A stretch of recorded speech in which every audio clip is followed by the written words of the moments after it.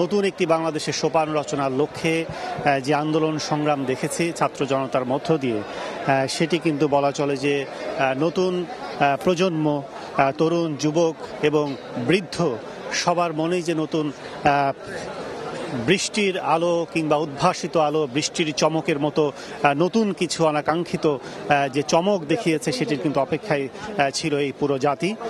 সেই ধারাকে নতুন করে সমুন্নত করার লক্ষ্যে যাকে অন্তর্বর্তীকালীন সরকার হিসেবে, সরকারের প্রধান উপদেষ্টা হিসেবে ঘোষণা দিয়ে আজকে সেই মহেন্দ্রক্ষণের অপেক্ষায় যেহেতু আমরা শাহজালাল আন্তর্জাতিক বিমানবন্দরের ভিআইপি গেটে অবস্থান করছি, একটু যদি বলি যে ডক্টর মোহাম্মদ ইউনূস যিনি আজকে মহেন্দ্রক্ষণের মূল কাণ্ডারি, তিনি কিন্তু মূলত ছিলেন শিক্ষকতা পেশায়।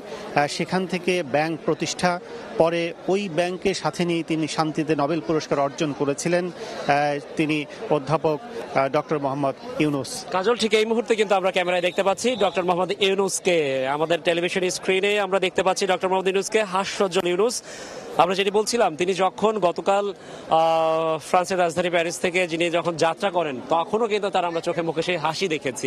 এই হাসি বিজয়ের হাসি, এই হাসি এই দেশকে গড়ে তোলার হাসি। কেননা আমরা জানি সবাই কম বেশি যেমন নিপীড়নের শিকার হয়েছে, নির্যাতনের শিকার হয়েছেন, শোষণ বৈষম্যের শিকার হয়েছেন, ঠিক তেমনি ডক্টর মোহাম্মদ ইউনূসের উপর দিয়েও কিন্তু কম ঝড় ঝাপটা যায়নি। একইভাবে আপনি যে গল্পটি তুলে ধরছিলেন, অর্থাৎ গ্রামীণ ব্যাংক, যে গ্রামীণ ব্যাংক বা যে প্রতিষ্ঠান বাংলাদেশকে বিশ্বের বুকে একটি গর্বের জায়গা এনে দিয়েছিল, নোবেল এনে দিয়েছিল, শান্তিতে নোবেল, সেই প্রতিষ্ঠানটিও ভেঙে চুরে তছনছ করা হয়েছে। এবং বলতেই হয়, আজ থেকে মনে হয় 5-7 দিন আগেও তো বেশ কয়েকটি রায় এসেছে। আমি আদালতের বিষয়গুলো একটু জটিল, আমি একটু মাথায় রাখতে পারি না, কিন্তু আমার যেটা মনে হয় খুব কয়েকদিন আগেই কিন্তু নানা ধরনের বিচার বিশ্লেষণ কিন্তু হয়েছে, নানা ধরনের